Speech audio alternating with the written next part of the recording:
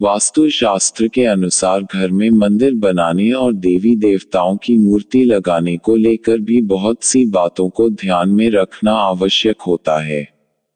यदि आप घर में भगवान की तस्वीरें या मूर्ति लगाते समय वास्तु के नियमों का ध्यान नहीं रखते हैं तो आपको कई तरह की समस्याओं का सामना करना पड़ सकता है।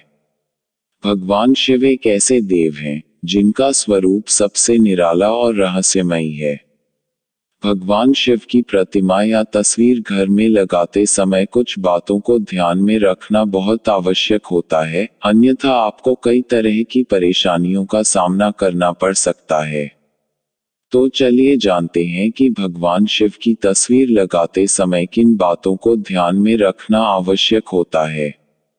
भगवान शिव का तांडव और सौम्य दोनों तरह का स्वरूप है। भगवान शिव की तस्वीर या प्रतिमा को घर में लगाते समय ध्यान रखें कि वे क्रोधित या तांडव मुद्रा में न हो। शिव जी की तांडव मुद्रा विनाश को दर्शाती है, इसलिए नटराज की प्रतिमा या तस्वीर घर में लगाने के मना किया जाता क्योंकि इसमें वे तांडव मुद्रा में रहते हैं। भगवान शिव की हमेशा सौम्य और प्रसन्नचित मुद्रा की तस्वीर ही घर में लगानी चाहिए। भगवान शिव की प्रतिमा हमेशा उत्तर दिशा में लगाना चाहिए क्योंकि कैलाश पर्वत भी उत्तर दिशा में है, जो भगवान शिव का निवास स्थान है। यदि हो सके तो उत्तर दिशा में भगवान शिव की तस्वीर या प्रतिमा इस तरह से लगाएं कि आते जाते सबकी नजर उस पर पड़ती रहे। घर में भगवान शिव की ऐसी तस्वीर लगाना बहुत ही शुभ रहता है जिसमें वे अपने पूरे परिवार मां पार्वती, बेटे गणेश और कार्तिक और नंदी जी के साथ विराजमान हो।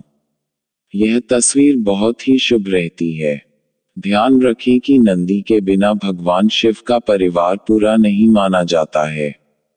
ऐसी तस्वीर घर में लगाने से बच्चे आज्ञाकारी बनते हैं और घर में प्रेम बना रहता है। यदि आप अपने घर में पूजा स्थान से हटकर कहीं पर शिव जी की प्रतिमा या तस्वीर लगाते हैं तो उस स्थान की साफ सफाई का विशेष ध्यान रखें। यदि वह स्थान दूषित होता है तो आपको धन के अलावा भी कई तरह की परेशानियों का सामना करना पड़ सकता है। कुछ लोग अपने घर में ऐसी प्रतिमाएं भी लेकर आते हैं जिसमें भगवान शिव खड़ी हुआ मुद्रा में रहते हैं, लेकिन शिव जी की खड़ी हुई मुद्रा की तस्वीर या प्रतिमा अपने घर या कार्यस्थल पर कभी नहीं लगानी चाहिए।